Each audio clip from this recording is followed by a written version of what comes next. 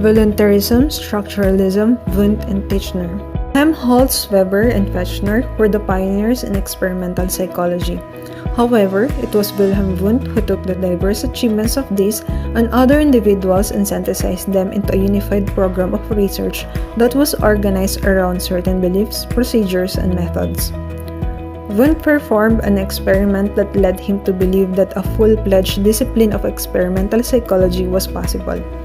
Using the apparatus he called as thought meter, Wundt showed that it took about 1/10 of a second to shift one's attention from the sound of the bell to the position of the pendulum or vice versa.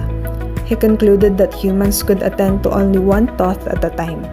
From then on, a prominent theme in the Wundtian psychology was the distinction between voluntary and involuntary actions. Voluntarism. Wundt opposed materialism, about which he said, materialistic psychology is contracted by the fact of consciousness itself, which cannot possibly be derived from any physical qualities of material molecules or atoms. He also opposed the empiricism of the British and French philosophers, in which a person is viewed as the passive recipient of sensations that are then passively organized by the laws of association. According to Wundt, empiricism lacks central volitional process that act on the elements of thought, giving them forms, qualities, or values not found in either external stimulation or the elemental events themselves. Wundt's goal was not only to understand consciousness as it is experienced, but also to understand the mental laws that govern the dynamics of consciousness. Of utmost importance to Wundt was the concept of will, as it was reflected in attention and volition. Wundt said that will was the central concept in terms of which all of the major problems in psychology must be understood. He believed that humans can decide what is attended to and thus what is perceived clearly. Wundt named his approach to psychology voluntarism because of its emphasis on will, choice, and purpose. Voluntarism was psychology's first school and not structuralism as it is often claimed. Wilhelm Wundt, known as the father of experimental psychology and the founder of the first psychological laboratory. Despite the intellectually stimulating atmosphere in which Wundt grew up, he remained a shy, reserved person who was fearful of new situations. Wundt's first year in high school was a disaster. He made no friends, daydreamed incessantly, and was physically punished by his teachers and finally failed. He started high school over the following year at the city of Heidelberg, where his brother and cousin were students. After graduation from high school, Wundt enrolled in the pre-medical program at the University of Tübingen and transferred to the University of Heidelberg a year after, where he became one of the top medical students in his class, graduated summa cum laude, and placed first in the state medical board examination. After receiving his medical degree in 1855 at the age of 23, he went to Berlin and studied with Johannes Müller, who influenced him to pursue a career in experimental physiology instead of medicine. After a year of working and studying at Müller's Institute, Wundt returned to the University of Heidelberg, where he became Helmholtz's laboratory assistant. In 1862, Wundt gave his first course in psychology as a natural science and wrote his first book, Contributions to the Theory of Sense Perception. In this book, Wundt formed the plan for psychology that he was to follow for the rest of his life. The following year, he published the lectures on human and animal psychology, which clearly indicated the dual interest in psychology that Wundt entertained throughout his career. Wundt believed that experimental psychology could be used in an effort to understand immediate consciousness, but that it was useless in attempting to understand the higher mental processes and their products. The first part of lectures included a history of psychology, a review of research on sensation and perception, and research related to the personal equation.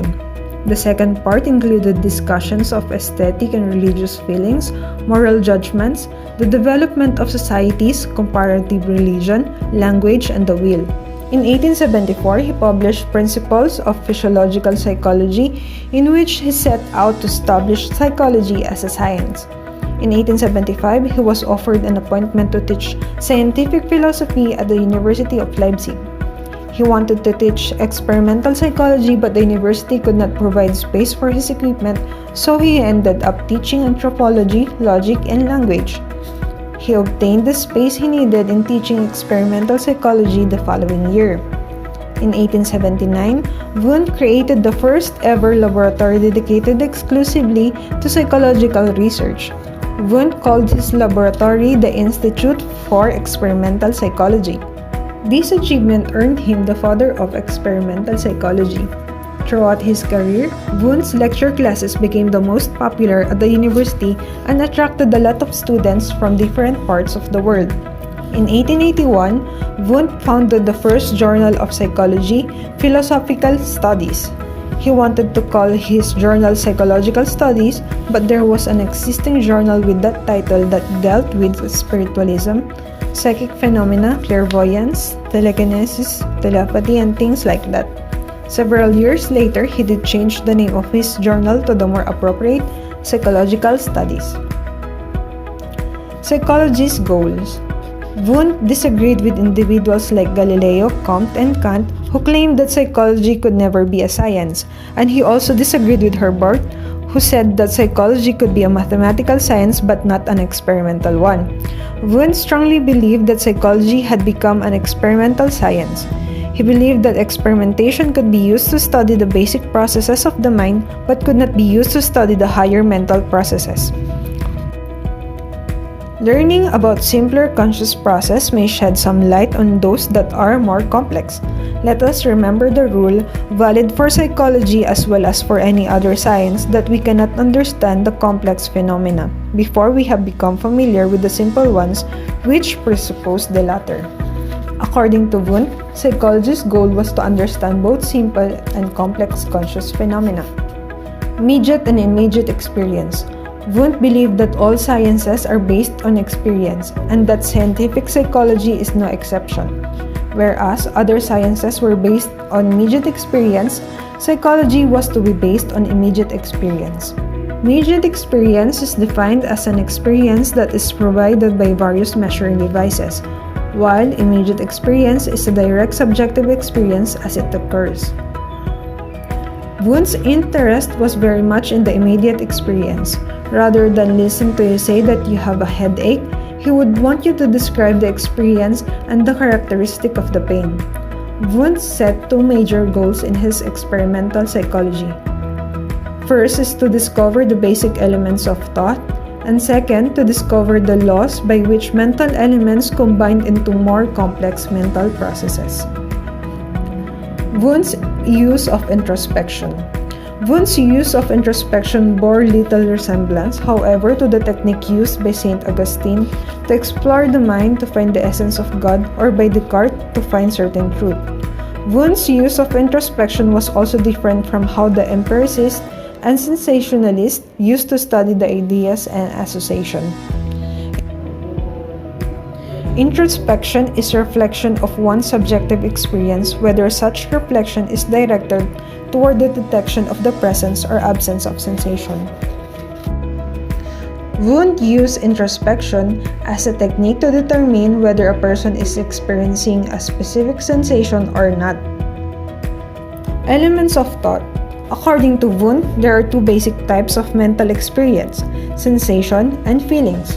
Sensation occurs whenever a sense organ is stimulated and the resulting impulse reaches the brain. Sensations can be described in terms of modality, or the visual, auditory, and taste, and intensity, or how loud an auditory stimulus is. Within a modality, a sensation can be further analyzed to determine its qualities. For example, a visual sensation can be described in terms of hue, color, and saturation, or the richness in color. An auditory sensation can be described in terms of pitch and timbre, or the fullness of tone, while a taste sensation can be described in terms of its degree of saltiness, sourness, bitterness, or sweetness. All sensations are accompanied by feelings. Wundt reached this conclusion while listening to the beat of a metronome and noting that some rates of beating were more pleasant than others. From his introspections, he formulated his tri-dimensional theory of feeling, according to which they possess three attributes: pleasantness and pleasantness, excitement calm, and strain relaxation. Perception, apperception, and creative synthesis. According to Wundt, perception is a passive progress governed by the physical stimulation present, the anatomical makeup of the individual, and the individual's past experiences. These three influences perceptual field at any given time. The part of the perceptual field the individual attends to is apperceived. Attention and apperception go hand in hand. What is attended to is apperceived.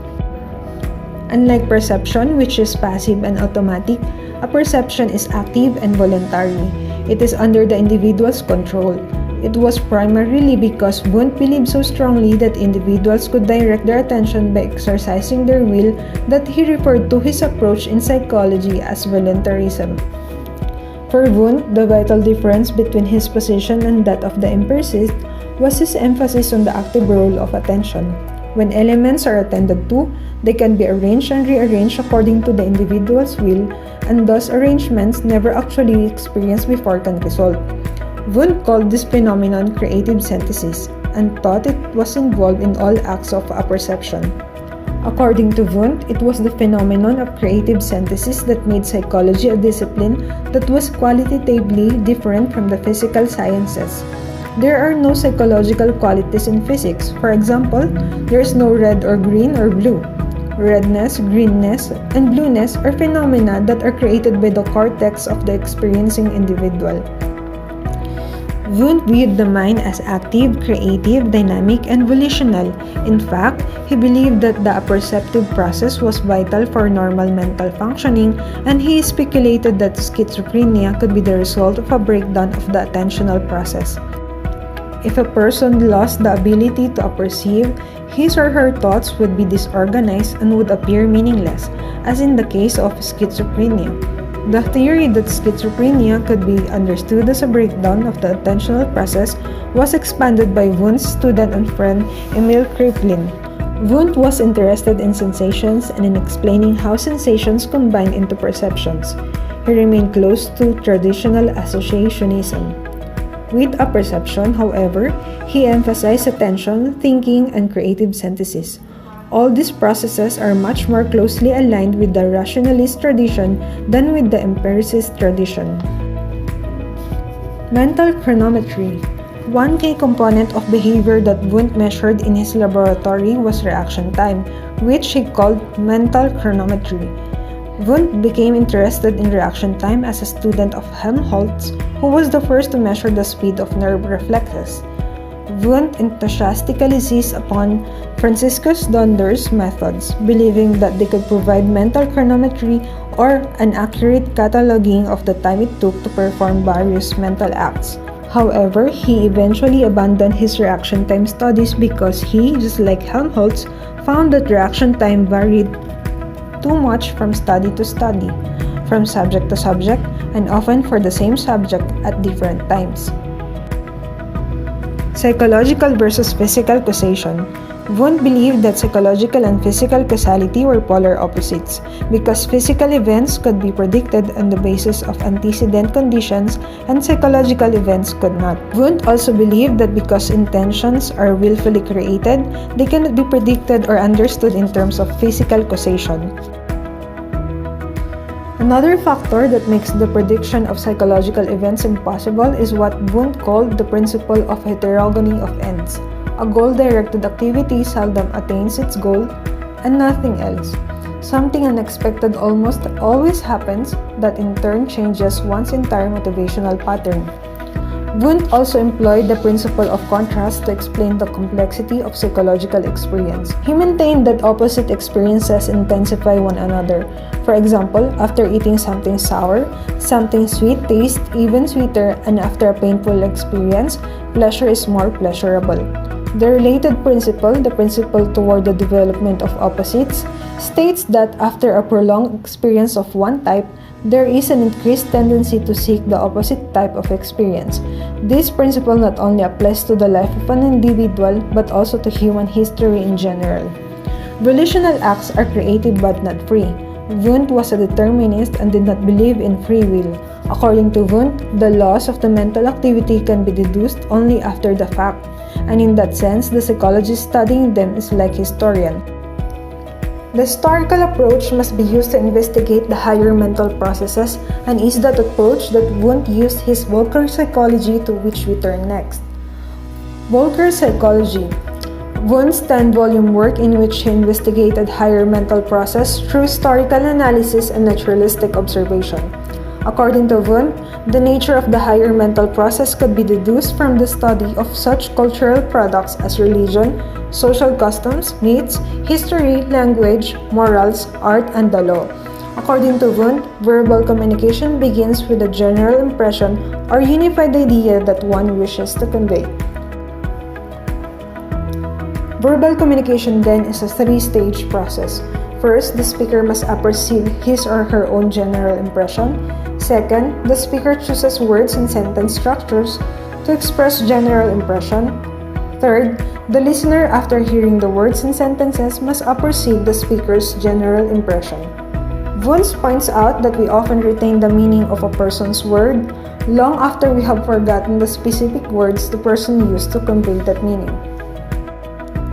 Edward Bradford Titchener, born on January 11 in Chichester, England, Edward Bradford Titchener attended Malvern College, a prestigious secondary school. He then went to Oxford from 1885 to 1890, where his academic record was outstanding. While at Oxford, he developed an interest in experimental psychology and translated the third edition of Wundt's Principles of Physiological Psychology into English. Following graduation from Oxford, Titchener went to Leipzig and studied for 2 years with Wundt. When Titchener earned his doctorate in 1892, he was offered the job as Frank Angel's replacement.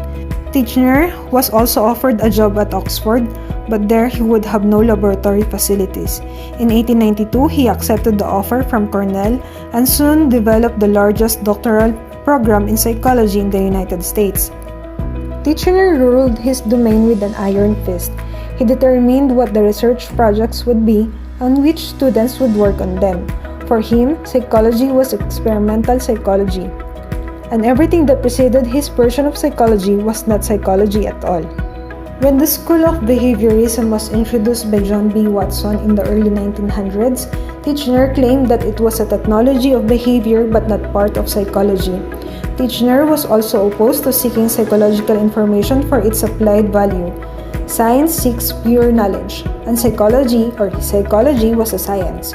Science deals not with values but with facts. There is no good or bad, sick or well, useful or useless in science. Titchener was well aware of developments in abnormal clinical, developmental, animal comparative, social psychology, and psychological testing, and he even supported investigations in these areas.